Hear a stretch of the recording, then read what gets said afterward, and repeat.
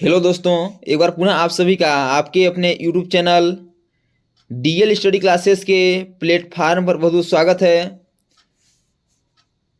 दोस्तों, आज हम हिंदी का प्रैक्टिस सेट 45 करेंगे और यह प्रैक्टिस सेट एसएससी जीडी और यूपी पुलिस के एग्ज़ाम को देखते हुए चलाया जा रहा है। तो जाके आप लोग इन सभी प्रैक्टिस सेट को एक बार ज़रूर देखिए ताकि आपको एग्ज़ाम में क्वेश्चन को हल करने में आसानी हो और पता चल सके कि किस प्रकार के क्वेश्चन हमारे एग्ज़ाम में पूछे जाते हैं। प्रैक्टिस सेट के इन सभी वीडियो में यूपी पुलिस व एसएससी जीडी के प्रीवियस ईयर के एग्ज़ाम में जो भी क्वेश्चन पूछे गए हैं उन्हीं क्वेश्चनों को इन सभी प्रैक्टिस सेट में सम्मिलित किया गया है। तो एक बार जाकर इन सभी प्रैक्टिस सेट को ज़रूर देखिए। और दोस्तों, यह प्रैक्टिस सेट आपको वर्दी टेस्ट सीरीज के नाम से चलाया जा रहा है। तो चलिए देखते हैं कि किस प्रकार के क्वेश्चन हमारे एग्ज़ाम में हिंदी से पूछे जाते हैं। जिसमें पहला क्वेश्चन है कि अकेला चना भार नहीं फोड़ता का अर्थ क्या है। एक चना किसी काम का नहीं, एक चना शक्तिहीन होता है, अकेला व्यक्ति शक्तिशाली नहीं होता, एक चने से भूख नहीं मिटती। तो अकेला चना भार नहीं फोड़ता, इसका अर्थ होता है कि अकेला व्यक्ति शक्तिशाली नहीं होता, जो कि आपका ऑप्शन नंबर सी पर दिया गया है। इसलिए इसका option number C correct answer हो जाएगा। नेक्स्ट क्वेश्चन दिया गया है कि निम्नलिखित में से कौन सा वाक्य शुद्ध है। बताना है कि आपको 4 वाक्य दिया गया है और इन 4 वाक्य में से कौन सा वाक्य शुद्ध दिया गया है। दुकानदार ने ताला खोला, दुकानदार ने ताला खुला, दुकानदार को ताला खोला या दुकानदार को ताला खुलवाया। तो इसमें से शुद्ध आपका दुकानदार ने ताला खोला जो दिया गया है बिल्कुल शुद्ध है। इसलिए इसका option number A correct answer हो जाएगा। अगला क्वेश्चन दिया गया है कि पद्मावत किसकी रचना है। ऑप्शन है नाभादास, केशवदास, तुलसीदास या जयसी। तो पद्मावत यह आपका यह पद्मावत है, यह आपका मलिक मोहम्मद जायसी की रचना है। इसलिए इसका option number D correct answer हो जाएगा, मलिक मोहम्मद जायसी। अगला क्वेश्चन है कि निम्नलिखित शब्दों में से पुल्लिंग शब्द का चयन करें। बताना है कि 4 ऑप्शन में से कौन सा ऑप्शन पुल्लिंग लिंग में है।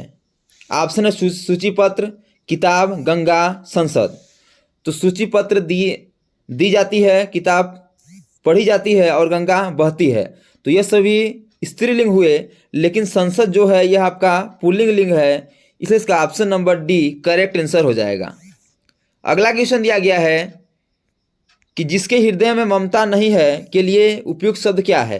ऑप्शन है मर्माहत, क्रूर, निर्मम या निर्दय। तो जिसके हृदय में ममता नहीं है उसे हम एक शब्द में निर्मम कहते हैं। इसलिए इसका option number C correct answer हो जाएगा। अगला क्वेश्चन है कि सर्वश्रेष्ठ रस किसे माना जाता है। ऑप्शन है रौद्र, श्रृंगार, करुण या वीर। तो सर्वश्रेष्ठ रस यह आपका श्रृंगार रस को माना जाता है। इसलिए इसका option number B correct answer हो जाएगा। अगला क्वेश्चन है कि प्रत्यक्ष शब्द का विलोम क्या है।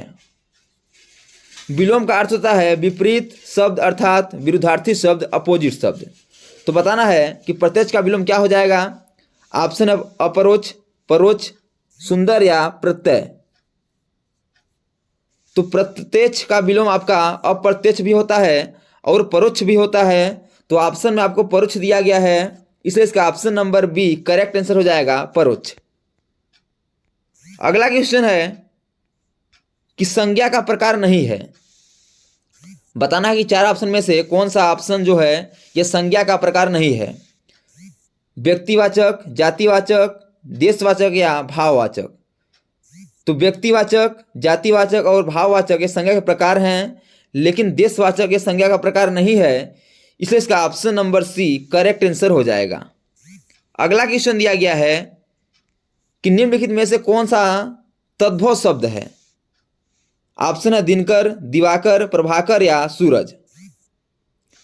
तो तद्भव आपका यह सूरज है जो कि तद्भव शब्द है। इसलिए इसका option number D correct answer हो जाएगा। यदि बात करें हम इसका तत्सम क्या हो जाएगा, तो सूरज का तत्सम आपका सूर्य होता है। अगला क्वेश्चन दिया गया है कि निम्नलिखित में से कौन सा स्त्रीलिंग है।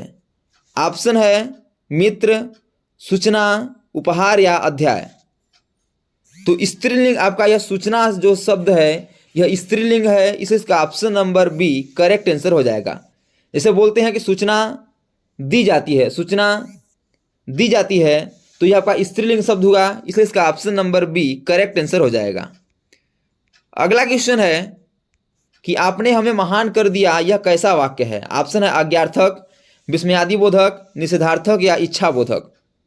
तो आपने हमें महान कर दिया, यह आपका विस्मयादिबोधक वाक्य है, इसलिए इसका option number B correct answer हो जाएगा। अगला क्वेश्चन दिया गया है कि चांदी काटना का अर्थ क्या है? बताना है कि चांदी काटना यह एक मुहावरा है, इसका अर्थ क्या हो जाएगा? कठिन काम करना, हानि पहुंचाना, अधिक लाभ कमाना या कुछ भी काम न करना। तो चांदी काटना इस मुहावरे का अर्थ होता है आपका अधिक लाभ कमाना, जो कि ऑप्शन नंबर सी पर दिया गया है, इसलिए इसका option number C correct answer हो जाएगा। तो दोस्तों thanks for watching this video. यह वीडियो कैसा लगा कमेंट बॉक्स में जरूर मिला के बताइएगा।